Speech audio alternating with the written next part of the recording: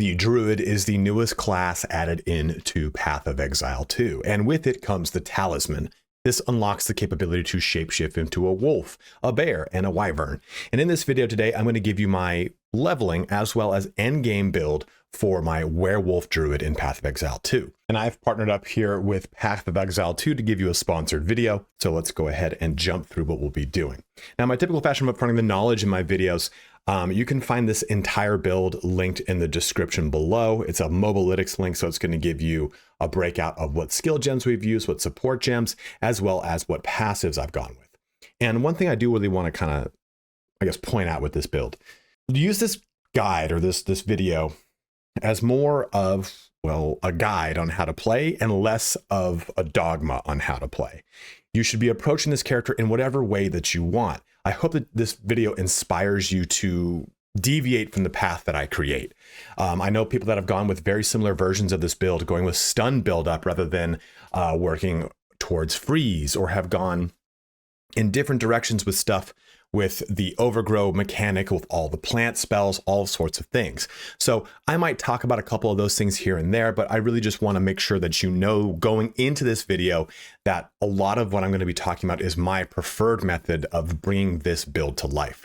And this build is really nice in that it's very strong. It's got good late game survivability, but most importantly, it has the capability to flex in the middle portions to be a lot of different things. Do you want to jump into a different level of play? Do you want to use more elemental spells? So on and so forth. And I'll kind of talk about those as I kind of jump into the individual locations throughout the video.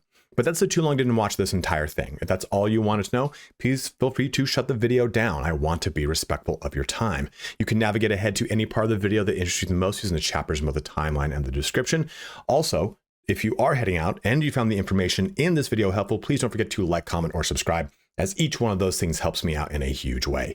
But let's get started here on my ultimate ice lightning werewolf build in Path of Exile 2. Now, to get us started, let's go through these skills. So the way I've done this pretty much is I'm going to just show you the skill pane on the left side of the screen, and we'll talk about roughly the supports that I've gone through. Some of the supports, again, they're going to differ if you want to go through different things, and a lot of it I'm still testing. So there is definitely room for improvement. So to start us off is Shred. So Shred is your capability that is derived from your talisman.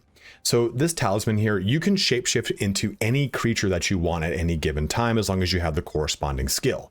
What this does here, selecting bear form or werewolf form or wyvern form, basically determines this default ability. So we always want to make sure that we've selected werewolf form and then we have Shred. And what Shred is going to basically do, it's going to attack in a series of rapid attacks for us.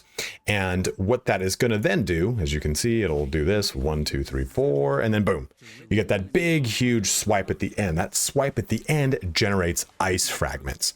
Now those ice fragments right here are a way to do additional damage. It's not the largest damage vehicle of the build, but it is definitely one, because we're going to focus on cold damage. One thing you should know though, and I'm going to point these things out because if you are thinking of breaking off the the path that beats of what I'm talking about, this should give you some context clues on ways you can go differently. So Shred's final attack will generate ice fragments, right? Those ice fragments are projectiles. So those things are pretty crucial to understanding kind of how you can really morph this into doing more projectile damage through the passive tree, or by just slotting in more support gems. Coming down here, I'm going to skip over this next one because I want to go through the progression of the things that are really important. We have Lunar Assault. Lunar Assault is probably the one that you're going to spend the most time using, because what Lunar Assault is going to do is it's going to do a massive amount of cold damage in a cone, and then that cone is going to then be the thing that freezes stuff for us. It's pretty much our largest freezing vehicle. So we'll use this primarily to freeze things in front of us that will then use Shred to capitalize on. Because Shred, Shred over here, it's just going to be able to give us the ability to do fast strikes that are going to be very quickly, and triggers ice fragments on hit against frozen enemies. That's the most important thing. We're going to freeze them with Lunar Assault, and then use Shred to generate those ice fragments, which then do just additional damage for us, converts 100% of physical damage to cold damage, and fires 3 projectiles with a 1.8 explosion radius. And you can increase all these things, right? You can increase the amount of projectiles, the explosion radius, all sorts of stuff. So those two are going to be our bread and butter. From Shred, we're going to put Rapid Assault in here, Rapid Attacks to get more attack speed, and Rage, because Rage is a very big portion of this build. You can kind of swap off this towards the mid to late portions and get different things. Like I'm playing with Rending Apex here, so for Final Strikes of supported skills, they break armor. So this allows us to really add in more cascading physical damage. And then for Lunar Assault, I've got Elemental Armament. We've got Freeze because we want to be able to build Freeze faster. So this allows us to freeze much quicker. Ice Bite is then just going to give us a flat damage buff to our cold. And then I've got Brittle Armor. So enemies frozen by supported skills have their armor broken equal to 100% of physical damage taken while frozen. So we'll use these two as our biggest form of damage. Now we also have Pounce. And in the beginning of the game, this is your ability to create wolves. If you pounce onto things, you'll mark them and you kill that marked target and it generates a wolf for you. But what's important about this ability is you can put any mark, skill, gem into it. There's support marks and there's skill gem marks. Let me show you the difference here. So here's a support gem, right? We're going to click on Pounce. I'm going to take this off and I'm just going to type in mark. So all these are mark support gems. You can socket them in and they will do the abilities default mark and whatever this additional mark does. So for example, here, Mark for Death, which I currently have in here, is going to make it so that enemies marked by supported skills have armor broken equal to 15% of physical damage taken. We're just trying to cascade as much armor breaking as possible. And I probably have too much at this point, but again, I'm experimenting very heavily with this and I might swap some stuff out and what have you. And again, this is another push for you to change some of these things. But there's also, like I said, skills. So all gems, we're going to type in mark here. These are all either they have mark in the text like Pounce it does or cross slash, but freezing mark, profane ritual, sniper's mark, voltaic mark, bloodhound's mark. These are all mark capabilities that you can take advantage of. And what I mean by that is you would select this skill and engrave it. So then you can see I have freezing mark in Pounce. So when I pounce on something, it puts a freezing mark onto them. Now hits against marked enemy cause 28% more freeze buildup, so it's much easier for me to freeze them. Marked enemy becomes frozen when hit while primed for freeze. Marked duration, blah, blah, blah. Buff grants 30% of damage gained as cold damage. So we'll we'll basically blow the mark up, and then we have a 30% cold damage buff.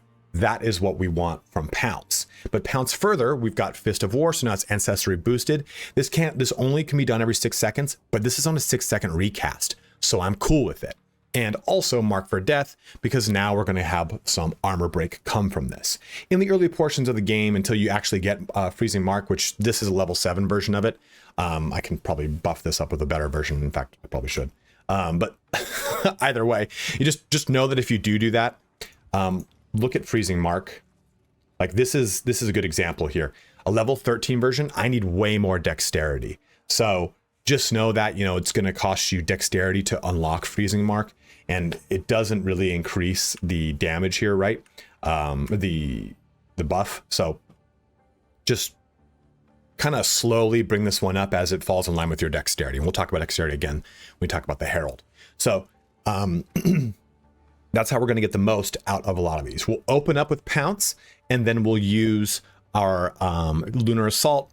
Once things are frozen, we'll use Shred. But we have 2 other big skills to jump into. So let's take a look at those. I have a huge gap there for some reason. And that is Cross Slash. So you'll get this one much later in your journey for a Druid. Let's go ahead and look at this. So we're taking a look. Cross Slash, you're going to get down here at the level 7 range of gems, which I believe is like, this one should be just about appropriate, a little bit less than levels 36. But either way, Cross Slash is going to allow us to detonate that mark. So enemies, and we'll go ahead and press this button so you can see what that looks like. It's pretty sick. You have these big, huge gouges into the ground, right? And what we want from this is a number of things. So when we blow up that mark, we activate it, but we're also going to do a big amount of damage at the same time. And any ice fragments on the ground are going to then be pulled into the location where the gouges are and blow up. So we can use those ice fragments that we've generated from Shred use cross slash to basically force them into a detonation in an area of effect around us. Flings ice fragments within 7 meters, and the shockwave itself does all sorts of fun stuff. And not buffing this, but increasing the quality of this will also increase the gouge width. These 3 swipes right there, that's the gouge width. And we can play with this even further. So my cross slash, I've gone magnified area, I've gone culling strike, because it's very easy just to completely tank something, or I'm sorry, I'm saying tank in the term of killing something quickly, like gib something with culling strike. It's very satisfying. And magnified area makes my culling strike really big. Those gouges are much larger. And we also have execute here to do a lot more damage against enemies that are on low life. And again, you'd want to level these up as they correspond. This should be execute 2 and what have you. So that's kind of your big damage rotation, is you pounce in, you mark something, cross slash it, and or you use Lunar Assault. Once it's frozen, you shred it to death. Then we've got 2 additional buffs for this build, and that is Arctic Howl is your first one that you're gonna unlock. And this one's kind of tricky. It does do cold damage. It cannot cause freeze buildup, but it can help freeze enemies that are primed. What does that mean? So an enemy that is primed for freeze, as you can see right here, in this example, see that little symbol right there, those little floating ice cubes? That means that they are primed. It usually means they're about 75% on the little tick in the upper left corner underneath their health bar. That tells you they're primed. We would go ahead and use Arctic Howl, and then they all become frozen. And then this skill empowers your attacks with added cold damage, causes empowered slams to create chilled ground, and grants your allies added cold damage. So this will grant you additional cold damage to your attacks. A power attacks deal 28 to 43 additional cold damage. So this howl is a further increase to our damage. Mainly though, this is a way to, when you're killing bosses, you press Arctic Howl and you freeze the boss, and then you go to town with Shred. Now our last buff we get very late in the game. Well, not late in the game, it's before the end game, right? But we're going to be getting level 45, I think it is when Lunar Blessing is. It says 52, might be 52. Yeah, 52, because 58 is what I needed for something else. So Lunar Blessing is our other buff, and this is also a war cry. What this is going to do here is allow us to, let me close this, get a ton of area effect damage that is going to help us with clearing. So you'll get this big ray that jumps down, and then all of a sudden you're going to have all of these big moonbeams that are going to drop down and hit. Now this costs you rage as well as mana. You're going to dump all of your rage to increase the duration of this. Buff duration is 5 seconds plus 0.2 seconds per rage spent. Buff grants 55% of damage gained as cold damage. So this gives us a ton more cold. It immediately converts our cross slash into almost entirely cold damage. It is basically, once you're going to find that you're going to stall out a little bit, you're like, this build's kind of going slow. As soon as you get Lunar Blessing, everything picks up again, and you just start ripping and gripping through stuff. Let me go through both of the buffs on these. I'm sorry, our support skills, because they do, they kind of overlap. So for Arctic Howl, I've got Deep Freeze, so increases freeze duration. We have got Ice Bite again to help give us more cold damage. And I've gone with Tireless. That's 25% chance to not count attacks that they empower. So that means that you get to have that empowered attack again. And down over here for Lunar Blessing, we have Prolonged Duration. And these next two, I think, are pretty mandatory. Cooldown Recovery, increased cooldown recovery rate, and then Second Wind. So it has less cooldown recovery rate, but now has twice as many cooldown uses. So I can use this thing with almost permanent uptime by constantly having it going, because it'll be off of cooldown. And this enables me to constantly have these falling moonbeams. Now, for our spirit skills. We have two. Firstly is Herald of Ice, and you're going to unlock this early. It's going to be your bread and butter for a long time. Just know again that it does require dexterity, and you will need to break off a little bit into dexterity to get this. Make sure you do. It will very much help you with your wave clear. Eventually down the road, you can work on Savage Fury, but do not do Savage Fury in the beginning. It is a little bit of a trap. And you will then put into this Deep Freeze, so increased freeze duration. Actually, I think that shouldn't really be there. I think I just have it there because I had it. But the biggest one I have here is clarity, because you're going to find that mana is going to be your biggest issue with this build until you start to stabilize into the lighter portions of the game.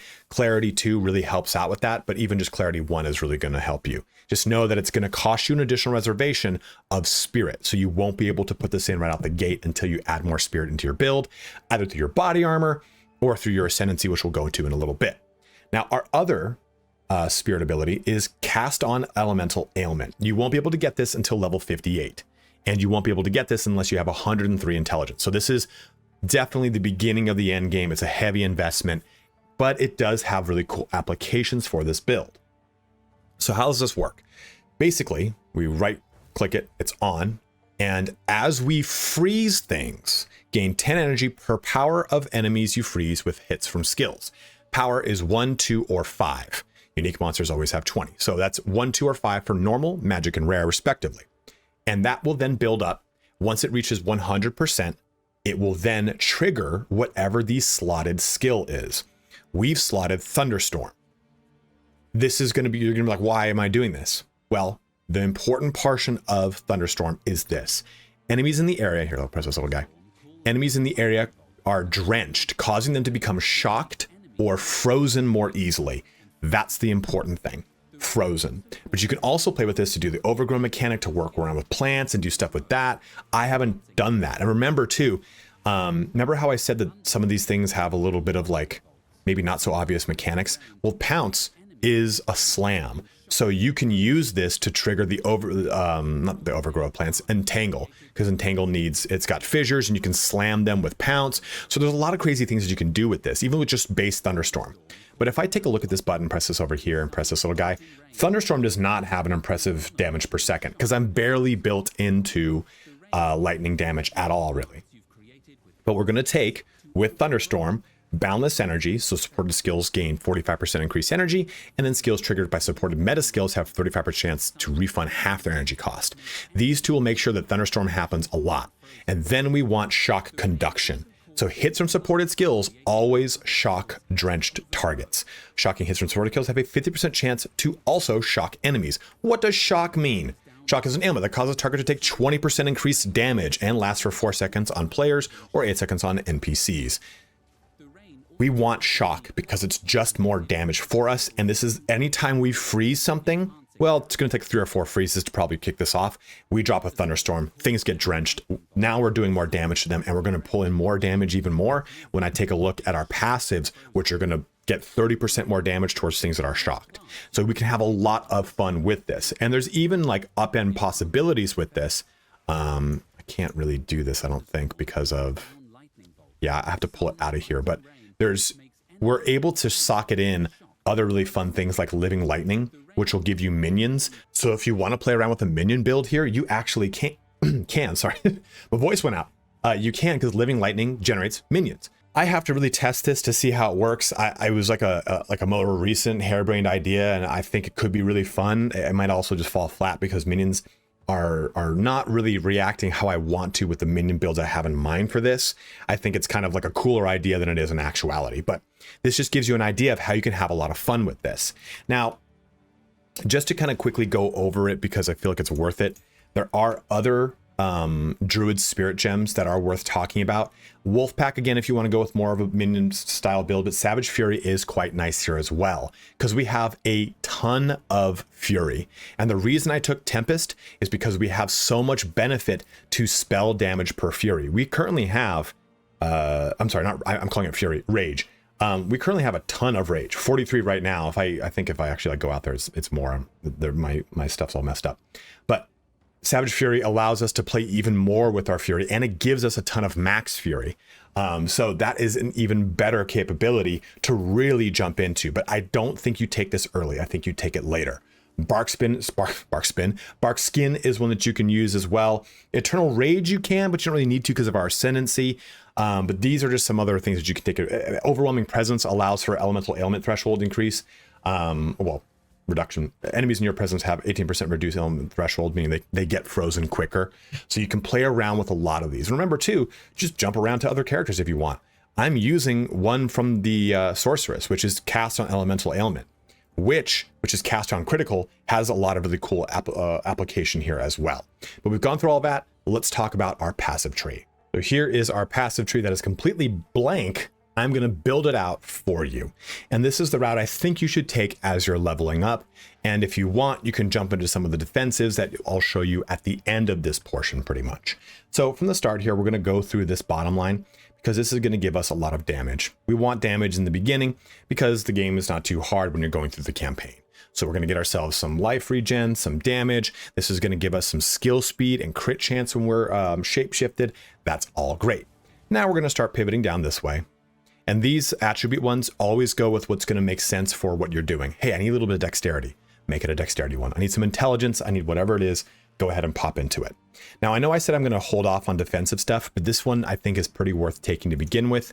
This is max armor and energy shield. But now, when I equip a boot item, I'm going to get 3 armor per 1 item energy shield. This is a really nice early game buff that will help you out. All what you're going to do is you're just going to make sure that you're always taking a boot item that has as much energy shield on it as possible. Let me kind of show you how that looks. So right now my armor is 46%. I'm going to take off these boots. That's 10% armor that I'm getting from this, but I'm also getting just a ton of energy shield too. So there's a lot of really great applications for this, and that's why I've gone with that. Now, jumping back over here, you're going to come down here. You're going to go through here. We're going to come into shapeshift damage. So damage penetrates enemies' elemental resistance, which is huge because remember, we're doing tons of cold and we're at an early point in the campaign where we're not going to feel that elemental resistance. More damage penetration here for skill speed while shapeshifted as well, and then increased physical damage while shapeshifted. Yeah, we're doing cold damage, but remember, everything that you take a look at when it says cold damage, it's actually doing a percentage of your physical damage as cold. That's why any skill says something like 80% as cold damage. So it's going to convert that. Doing more physical damage means you do more cold damage. So we're going to jump down here, come across. We're going to come up this one for gain rage on melee hit, max rage while shapeshifted, max rage while shapeshifted into plus 12, max rage while shapeshifted, and then gain rage on melee hit. So just ways to gain melee rage. You can actually eventually get rid of this, and we'll talk about that when we get to the Ascendancy. We're going to come up here. We're going to come down over here, and into here. So these are all elemental damage nodes. And we want this cluster. 30% increased damage with hits against chilled enemies. That's crucial because we're going to just simply slapping them once starts to chill them. And then here is more more cold damage and chill duration on enemies. This gives us just some breathing room to get that freeze fully applied. Now we're going to come up here, and you have the capability to come into some defensives right here. We're eventually going to get reinforced barrier with my current build. I don't know if I have it online. I don't. We'll eventually grab reinforced barrier, but I wanted to instead jump into some more offense quicker. So we'll come up here. You'll put in your first jewel socket. You'll come down here one step, come into this for increased damage, gain rage on melee hit, gain rage on melee hit. This is the bigger one. This is the reason we're in this region. Every 10 rage also grants 12% physical damage. We're going to have a ton of rage. Trust me. So that's really advantageous to us. We're going to come up now after we've gotten that, going to come up through here all the way to this region. And now we have a choice. We're going to go up towards this, or we can go down towards this. Since we're a wolf, I would go down here first. This is the wolf, this is the bear, and this is the wyvern, the cluster that kind of denotes bonuses for it, but they all will give benefits usually to each other because they'll say generic terms like shapeshifted. So in this cluster, we want pretty much all 3 of these notables. So we'll grab increased damage while shapeshifted. So this is life regen. I'm not as crazy about this, so I went with skill speed. We definitely want skill speed. And this is crit chance while shapeshifted as well as skill speed. This is crit chance while shapeshifted. This is 8% of damage as extra cold damage while shapeshifted. Life amount of life leech, which is always cool. We needed to go down to this to grab this one. It's just more life regen, but this one is crucial. Life regen rate while shifted, 15% amount of life leech while shifted, and also 1 max cold resistance while shapeshifted. So we've got that little bad boy. Then we're going to come up into here and increase damage while shapeshifted, and into this one. This is an important distinction. 20% increased damage against immobilized enemies while shapeshifted. You can stun something, that's an immobilization. You can root something down with overgrown plants, that's an immobilization. You can, I think if you get certain shock thresholds and it locks them in place, that's an immobilization. Don't quote me on that, but freezing things is an immobilization. So we're getting 20% more damage against immobilized, read, freezed enemies. Frozen. Wow. I have 2 college degrees, it's showing. 25% increased stun buildup. We don't care about that. We care about the 50% damage against frozen enemies. And then 20% more damage against frozen enemies. You can come up here as well, but I've skipped over for it. As I look through it, it might be worth it just to come back into that. But we're going to come back to the other side over here for armor while shapeshifted, and 5% of armor also applies to elemental damage. That's not that your armor is going to increase your damage amount. It's saying that your armor is going to help you for elemental damage coming your way. So this is a defensive one, but it's a pretty good one. So that's why we're jumping into these. This is 40% again, increased armor and some max fire resistance. So we're jumping into those. Then we jump up here for rage when hit by an enemy. We don't really care about these minors. You can get these other ones on those right, but this is an inherent loss of rage. We don't need to worry about that because again, we'll talk about it with our Ascendancy. Now, every rage also grants 2% increased spell damage. This applies to our Thunderstorm. So now Thunderstorm is going to get 2% damage per rage. And you're going to have something like 73 max rage at just the point that I'm at in the game. That is, multiply that number by 2, right? So that's 146%. When we talk about the Ascendancy, that's going to add an additional percentage into this. So it's going to be pretty disgusting. So that is the base of the build just to get to like level 55, 56. But let's fill in a little bit more here. So we're going to come down over here. After you've done all that up there, we're going to grab this for elemental damage. Now 30% increased damage with hits against shocked enemies. Remember I said we're always going to shock drenched targets? 30% extra damage on it. Why not? They're already going to be frozen too, right? And then increased lightning damage and shock duration. That's a pretty crucial one for us. So that's going to give us quite a bit of punching power. We're going to come over here for some Warcry stuff. Now inflicts critical weaknesses on enemies, and you have Warcry speed. We've got 2 Warcries we're playing with, so giving us this capability is going to be quite nice. Now we also are going to come down over here for physical damage, physical damage, physical damage into physical damage and skill speed, because those are all going to help out our cold damage. This pretty much tops off all of our aggressive skills now. We now have 36 more points that we're going to invest into some defensive capabilities. And I'm showing you them at this point because I want you to decide when you need them. I didn't need them throughout the campaign, but I'm going to start needing them, and I can feel it already that I'm going to start needing them. So let me go through some of the ones that stuck out to me. We're going to go for this one for 20% armor. Also applies to elemental damage while shapeshifted. The faster energy recharge rate, also great, but we just want that armor. And that's an early node that you can branch into at any time. Even just from the start, we can go up for damage, into here for armor, and then this 16% armor and 16% increased max energy shield. We come over here on the right side of the tree from the start, armor, armor, armor, energy shield, into this one, which is 15% of armor, also applies to elemental damage. Very good early defense that you can build into this build quite easily. Coming over here, we have reinforced barrier, which we talked about earlier. Defend with 120% of armor while not on low energy. Very awesome, as well as also increasing our energy shield. I'm sorry, while not on low energy shield, not low energy. And over here, we've got this one, which is pretty nice. 60% increased armor and energy shield from our equipped body armor piece. This is really juicy. It's a huge bump in our defensive capabilities. So just these points alone here, you can see we have really fleshed out this tree quite a bit and added in quite a lot of defense. And there's even more room to play around with stuff. So this just kind of gives you an idea of, there we go. We got 16 points left over still, and that gives us a lot of different directions that we can jump into. There's some Warcry stuff over here. There's more defensive stuff right over here. In fact, like if I wanted to jump more defense into it, that's right here. Remember how I talked about projectiles? Well, there's projectile stuff right here. Oh, I'm sorry. Projectile stuff is right here. So those projectiles are those ice fragments that we spoke about. You can go ahead and pop them in. Immobilizations, remember that's being frozen. Well, these are immobilization buildup, or immobilization buildup, attack damage. So you can pull in a lot of damage from those nodes as well. There's another really cool one that a lot of people have been jumping into as well with Tribal Fury. Strikes deal splash damage. Almost your entire build does strikes. So it increases that area damage that you would be doing. So you can see that plenty of ways to now flex now that we've created this build as we've created it.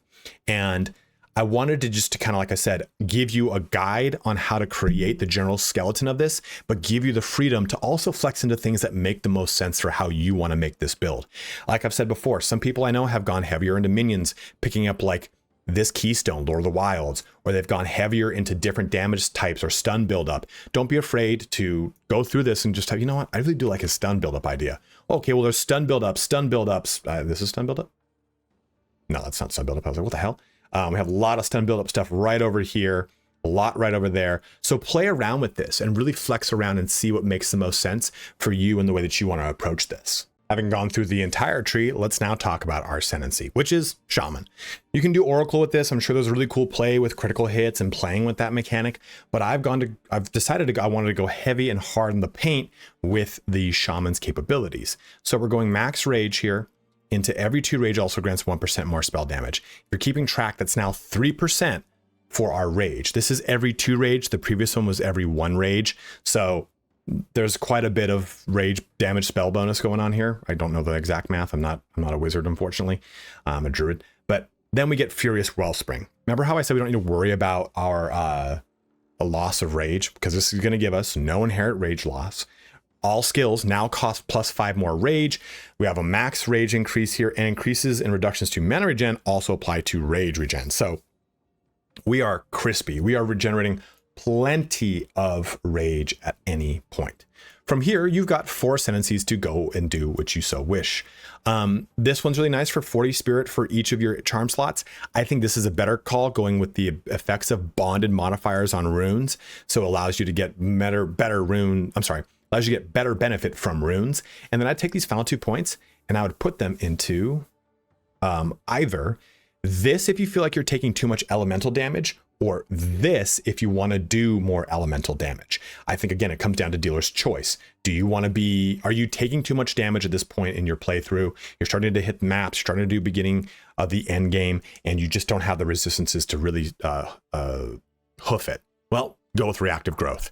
You get adaptations, and they're going to help mitigate. Each adaptation grants 10% less damage taken of the adaptation's type, and you just get a flat 10% less elemental damage between that and this. That's 13%, or that's 3 elemental resistance. So you get that flat 10%. This is just going to give you a bonus. So enemies in your presence have exposure, and you gain 10% of damage as extra damage of a random element. So go with whatever makes sense for you. This is probably a little bit more of a surefire defense way to push through. You're going to have such a disgusting amount of offense that I think the defense might be a better bet. But if you think, hey, you know what, this just makes better sense for me and how I'm playing right now, please go ahead and do that. Let's go through the rotation of this build. We're always going to be in werewolf form. That's all that matters. Before we start, though, let's go ahead and bring up our skill gems and just make sure that both Herald of Ice and Cast on Elemental Ailment are both activated. If you see them up here, they're activated, but right click them on PC. I'm sorry, I don't know what they are on console to activate those, but just make sure they're both active. Now, our first thing is we're going to use Lunar Blessing just to open up before we do anything, because this is going to give us plenty of damage bonus. It's going to convert things to cold. We know how this works, and we offer our rage to make it last for longer, and we've got 72 rage. We're going to be just fine with that. So the first thing, though, is we're going to open up with a Pounce. Then we're going to go into Lunar Assault, and anything that's frozen, we're then going to shred. When we pounce in, if we mark anything, it's best to use Cross Slash just to give us the capability to just do a lot of AoE damage very quickly. And we'll use Arctic Howl as we build up any kind of frost on things. I'll be honest with you, I don't really use Arctic Howl that much unless I'm doing really dedicated single target damage. So let's open up here with a Lunar Blessing. Let's go hunt some things. So we did that right there. Looks like we didn't mark. We got that Lunar Assault, just went ahead and rushed him with that Moonbeam. And it's pretty, you'll spend a lot of time just smashing through stuff. It's kind of the bread and butter of the build, is just ripping and gripping.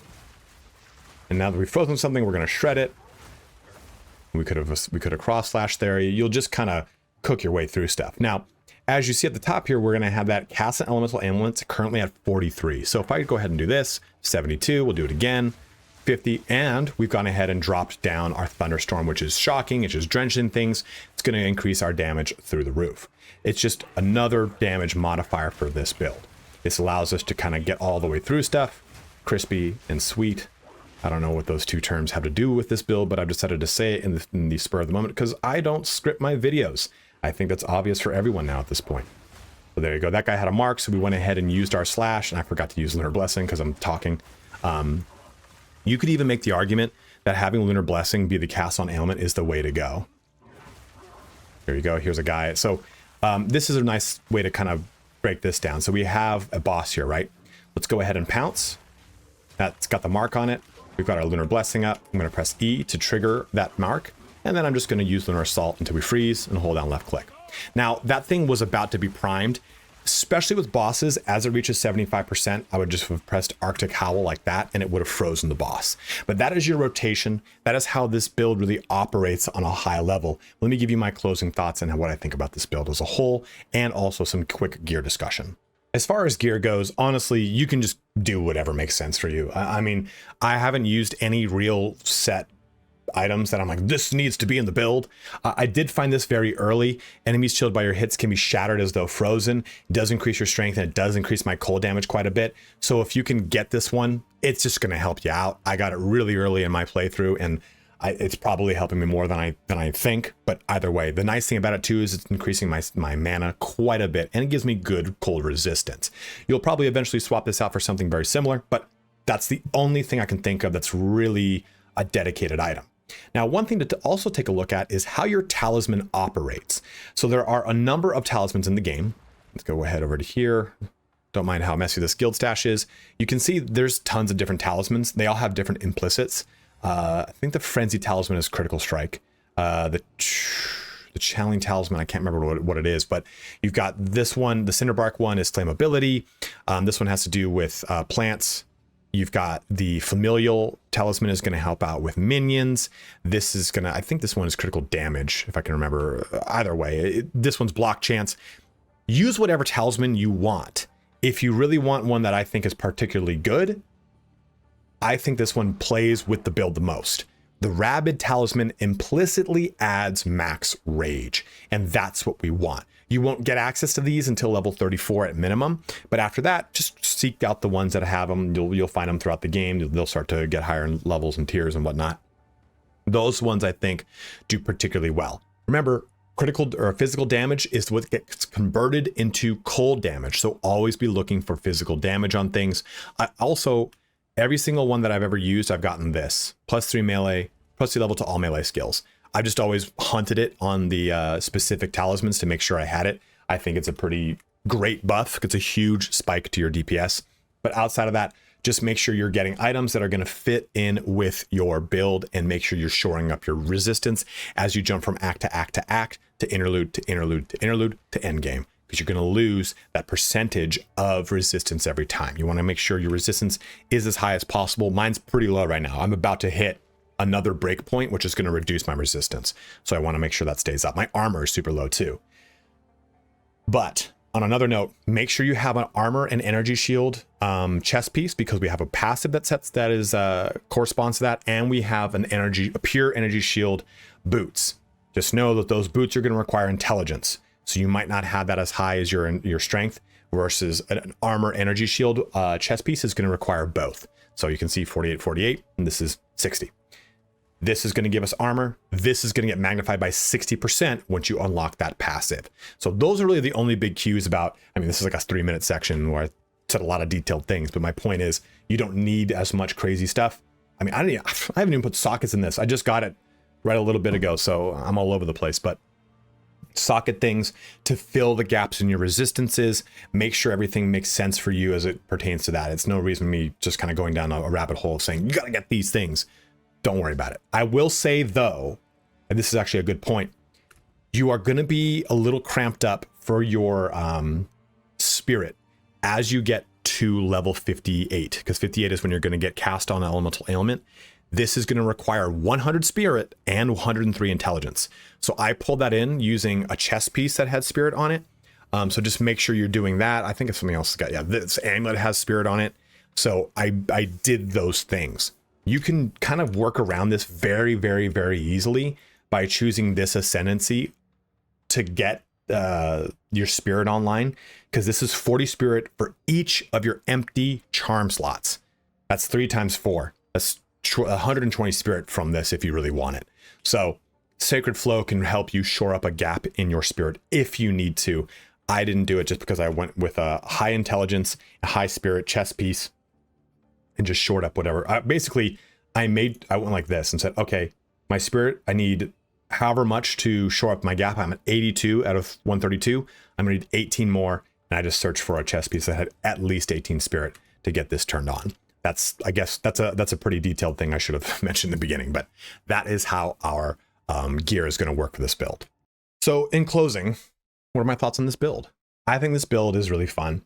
I think it's actually, there are points in the game where I'm like, did they make this easier? Is this fight easier? Is this boss easier? Is this act boss easier? And people are like, nope, it's not the act boss. It's just the character. It's just the build. The build has a very fun early strength ramp that you'll really enjoy. I think you'll enjoy leaping around, blowing things up.